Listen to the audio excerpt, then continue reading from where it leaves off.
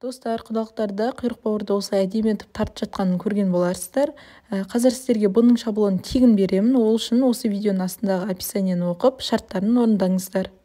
Ең бірінші бұл идея маған осылай Pinterestте отырдым. Сосын барлықтарына тарап кеткен осы ата мен әженің суретін көріп қалдым.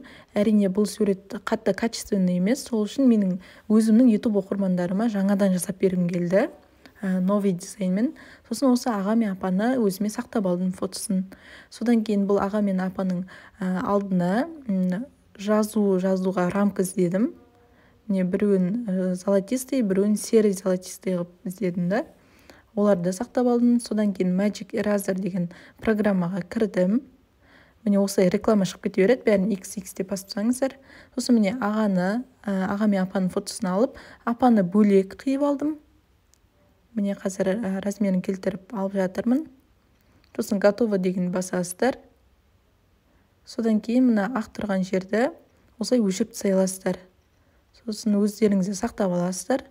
Одан кейін екінші ағаны алдым. Ағаны да дәл осылай размерін келтіріп алдым, аяғының үстінің. Содан кейін алдында оның да жан-жағындағы ақ фонды қиып алып тастадым. Magic Eraser программасы тегін, немесе просто Eraser дейтінді жазып алсаңыздар да болады. Енді қазір рамканы алып жатырмын.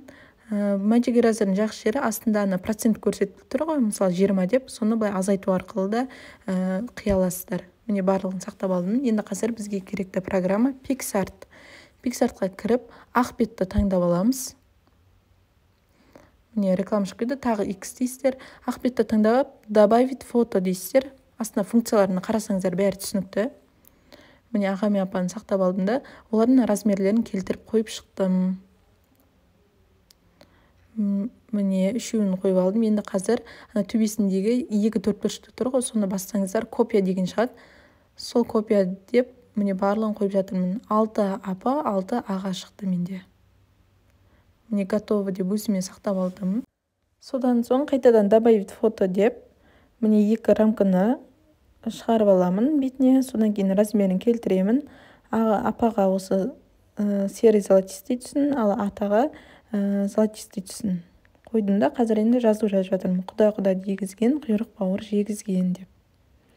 Жазып алдық. Содан кейін достар, барлығын сұрайсыздар, платный деп тұрады деп. Ол үшін коронамен тұрғанды таңдамайсыздар. Мысалы Garamond дегенде корона жоқ, және ол қазақша шрифтті қабылдайды. Мен көбіне осы Garamondпен жазам. Астындағы функцияларын оқысаңыздар бәрі түсінікті.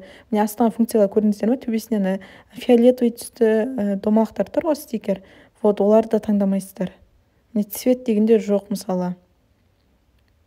Соны таңдасаңыздар, сіздерге сохранить етіледі. Изгиб, заливка дегендерде де тоже төбесінде фиолетовый домалақ тұр ғой, оны таңдамайсыздар. Егер таңдасаңыздар, сізге платный етіп сохранить етіледі. Бәрін жазып алдық. Келтірдік бәрін. Болды, өзімізге сақтаймыз.